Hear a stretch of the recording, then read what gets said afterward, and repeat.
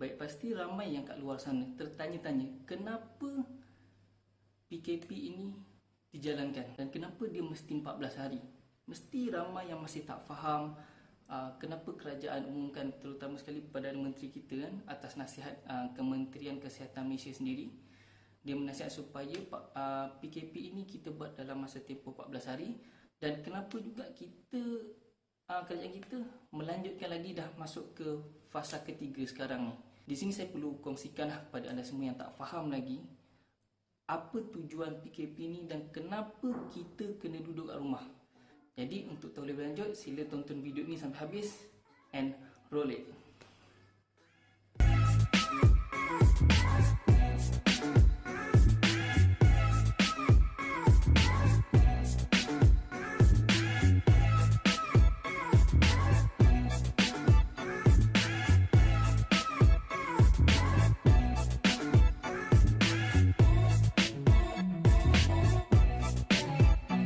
Okey, hai, bersama dengan saya Atom, di mana di sini saya akan berkongsikanlah ataupun saya bagi ulasan sedikitlah kenapa perlunya PKP ini kita buat dalam masa 14 hari. Sebab saya tahu ramai kat luar sana yang masih tak faham lagi. Mungkin ada yang dah faham dan mungkin ada yang belum faham. Kita perlu tahu dulu kenapa 14 hari.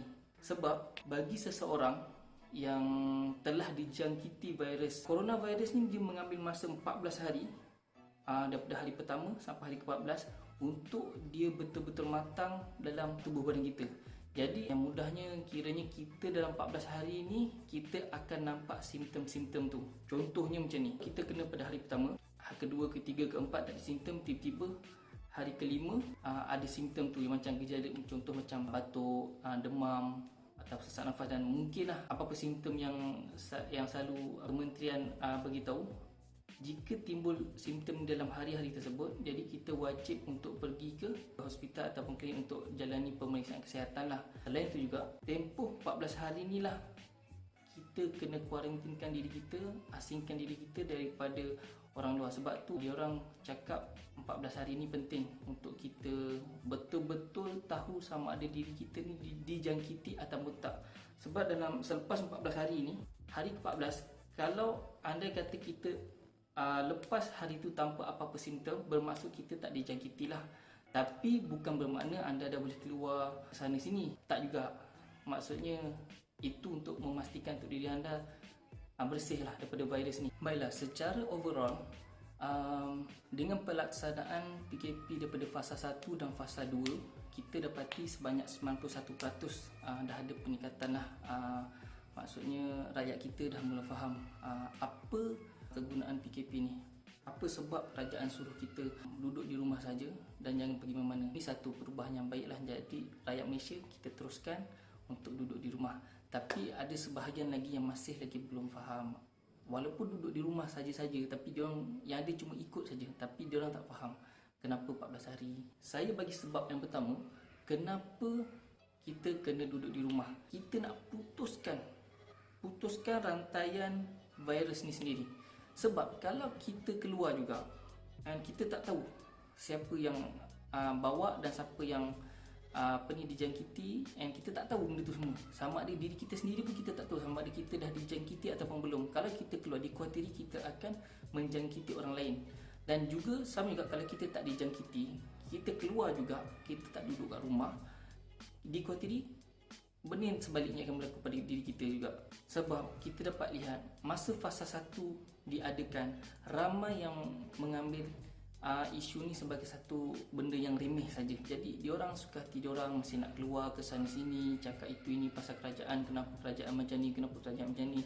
Kita tahu apa yang kerajaan buat mesti bersebab. Sebab ini bukan saja-saja diorang nak suruh kita buat macam tu. Sebab yang kedua, kenapa perlunya duduk di rumah sepanjang PKP ni? Kita nak nafikan ramalan daripada JP Morgan yang dia ada meramal pada 25 Mac kalau tak salah saya lah. Dia cakap pesakit coronavirus dekat Malaysia ni akan meningkat sebanyak 6,000 orang pesakit menjelang pertengahan April, di mana 14 April adalah tarikh ramalan yang dikeluarkan oleh JP Morgan. Jadi kat sini, kalau boleh sebenarnya KKM nak menafikan ramalan yang dikeluarkan oleh JP Morgan. Sebabnya andai kata kalau pertengahan April ni mencecah sampai ke 6,000, dikhawatiri pihak kementerian sendiri, sebab ini mereka sendiri nyatakan, dikhawatiri mereka sendiri pun tak dapat nak menampung pesakit yang begitu ramai.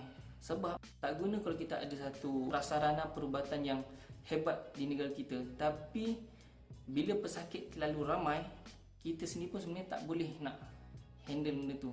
Ini kenyataan. Kita boleh tengok contoh di negara luar lah, yang kita tengok yang sebelum ni viral, macam di Itali, pesakit terlalu ramai sampai kaki tangan kerajaan tak tahu nak buat apa. Jadi mana yang dah betul-betul tak boleh buat apa, terpaksa dibiarkan, and ada pesakit yang terpaksa baring, katanya disediakan di lorong-lorong kementerian kita nak elak perkara begini berlaku. Sebab tu mereka seboleh-boleh nak adakan kawalan roadblock juga untuk kita kawal pergerakan. Untuk poin yang ketiga, simptom akan timbul dalam masa 14 hari. Okey, sebelum kita teruskan dalam poin ketiga ni, mungkin agak pening sikit poin ni, tapi ini saya nak fahamkan kenapa dalam masa 14 hari ini sangat penting. Okey, kita kena tahu ada 5 kluster terbesar yang dilaporkan daripada KKM. Okey, kluster pertama yang lebih kurang 40% daripada kes kat Malaysia ni daripada kluster perhimpunan tabligh di Masjid Sipitali. Ini adalah kluster terbesar yang dilaporkan oleh KKM. Yang kedua adalah kenduri kahwin di Bandar Baru Wangi. Yang ketiga adalah subkluster daripada kluster pertama tadi, iaitu subkluster ni terbentuk daripada mereka yang menghadiri perhimpunan di Masjid Seri Petaling. Dan yang keempat adalah mereka yang ada perjalanan daripada Itali. Jadi yang kelima adalah perhimpunan Mubalik Kristian di Gereja Kuching, Sarawak. Okey, sekarang ada beberapa tarikh yang anda semua perlu tahu. Yang pertama adalah 26 Februari hingga ke 28 Februari. Ini adalah tarikh perhimpunan oleh Mubalik Kristian di Gereja Kuching, Sarawak. Yang kedua adalah 27 Februari hingga ke 1 Mac. Di sini adalah perhimpunan ulama di Masjid Seri Petaling. Yang ketiga adalah 6 Mac, di mana kenduri kahwin di Bandar Baru Bang. Jadi kalau kita kira 14 hari daripada setiap tarikh-tarikh ni, contohnya tarikh pertama 26 hari bulan, kita ambil 14 hari seterusnya adalah pada 11 hari bulan 3. Dan untuk yang kedua kita ambil 27 hari bulan tu, 27 hari bulan sampai ke 14 hari berikutnya adalah 12 hari bulan 3. Jadi untuk tarikh yang ketiga pula, 6 hari bulan tu, 14 harinya adalah 20 hari bulan 3. Jadi dekat sini kita dapat tahulah ini adalah tempoh matang untuk virus tu menampakkan simptom-simptom dia. Jadi 3 tarikh ni adalah gambaran mengapa PKP ini boleh dilanjutkan. Okey, macam diumumkan oleh Perdana Menteri, fasa pertama PKP kita adalah pada 17 Mac sampai ke 31 Mac. Di mana ini fasa di mana kita boleh putuskan rantaiannya jika kita semua duduk di rumah. Tetapi malangnya kita ada lagi 2 tarikh yang kita perlu tengok balik. Yang pertama adalah 17 Mac sendiri, di mana 17 Mac ni orang berpusu-pusu daripada bandar semua balik ke kampung sewaktu PKP ini dijalankan hari pertama. Jadi kat sini kita dah nampak satu masalah, di mana mereka, andai kata mereka dah dijangkiti di tempat masing-masing, diorang bawa balik virus tu ke kampung. Aduh. Jadi ini adalah masalah yang pertama selepas PKP ini diumumkan. Yang kedua adalah pada 24 hari bulan 3. Ini pun masalah, di mana selepas seminggu diorang duduk kampung, diorang rasa bosan, dah malas duduk kampung, dah rasa bosan, rasa nak balik bandar. Ada yang mungkin sebahagiannya terpaksa masuk kerja ke apa kan. Jadi kat sini daripada kampung, diorang dah duduk kampung ni, diorang balik pula ke rumah masing-masing, pergi balik KL, balik Johor semua. Jadi dekat sini pun dah timbul masalah. Kiraan untuk tarikh PKP ni untuk 31 Mac ni dah tak valid dah sekarang. Sebabnya kalau kita kira balik, yang kalau kita tengok yang 17 hari bulan tu, okey, memang ngam-ngam dia akan jadi 31. Tapi yang 24 hari bulan ni yang masalahnya ni. Yang 24 hari bulan pula, 14 hari dia selepas tu adalah 7 April. Jadi kerajaan terpaksa buat satu tarikh baru atas nasihat KKM sendiri, di mana tarikh baru ni jadilah fasa kedua, di mana 1 April sampai ke 14 April. Ini adalah fasa kedua. Okey, kalau kita tengok pula, sepatutnya untuk fasa kedua ni pula kita dah boleh putuskan rantaian ni. Sebabnya kalau kita tengok macam saya cakap tadi, 24 sampai ke 7 April, 7 April sampai ke 14 April ada masa 1 minggu bertenang, kita duduk di rumah. Sepatutnya dalam masa sampai 7 April tu, kalau yang tak ada tunjuk simptom apa-apa, duduk saja di rumah. Andai kata ada, boleh pergi terus cek di klinik ataupun hospital yang dah dinyatakan oleh kerajaan lah. Okey, jadi sekarang dalam tempoh bertenang ni, andai kata tak ada apa-apa jangkitan lagi, bermaksud kita dah boleh pulih sepenuhnya, dan lepas tu lepas 14 April kita dah boleh pergi keluar balik, dan mungkin PKP ni tak akan dilanjutkan lagi. Tetapi malangnya dalam tempoh masa ni 14 sampai ke 14 ni masih ada lagi kes yang dilaporkan setiap hari. Dan walaupun kalau kita tengok graf kita ni dia tak ada peningkatan, tapi dia mendatar saja. Kalau boleh kita nak biar graf tu syuk, turun. Kita tak nak, walaupun dia mendatar tu memang bagusnya kita tak ada peningkatan macam negara lain, macam kita tengok Amerika sekarang kan. Dah hampir ke 600,000 yang dilaporkan. Cukup takut. Sedangkan negara Indonesia sendiri, jiran kita sendiri pun dah ada lebih kurang 300 kematian yang dilaporkan. Sangat tinggi juga. Jadi dalam tempoh bertenang yang sepatutnya kita bertenang, tapi kita masih gagal lagi. Jadi kerajaan terpaksa umumkan untuk tarikh seterusnya ataupun fasa berikutnya, iaitu fasa ketiga. Ketika berada di fasa 1 dan fasa 2, kita boleh tahu lagi punca tu daripada mana. Tapi bila dah nak masuk ke fasa 3 ni, dia agak sukar sebab dia dah masuk ke arah sporadik. Ya betul, sporadik. Sporadik ni adalah penyebaran jangkitan ni kita tak tahu punca dia daripada mana. Sebab tu KKM sangat-sangat risau sangat bila kes sporadik ni, macam yang dah dinyatakan oleh Ketua Pengarah Kesihatan kita sendiri. Sporadik ni menjangkiti seseorang ni, maksudnya dia tak tahu punca tu daripada mana.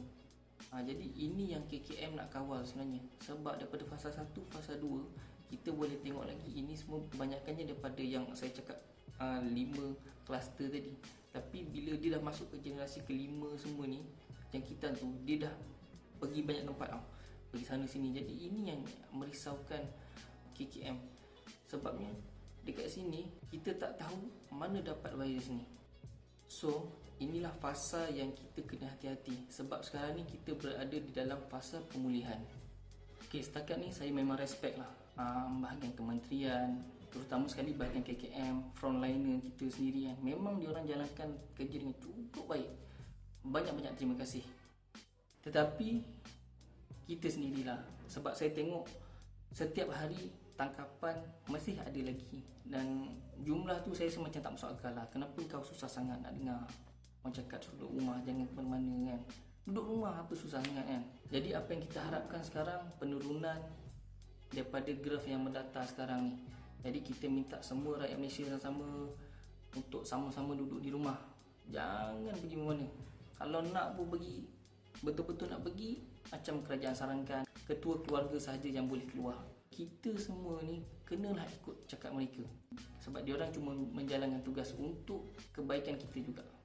Baiklah, kesimpulannya kat sini mudah saja. Kita duduk saja di rumah, jangan keluar mana, ikut saja apa yang kerajaan sarankan.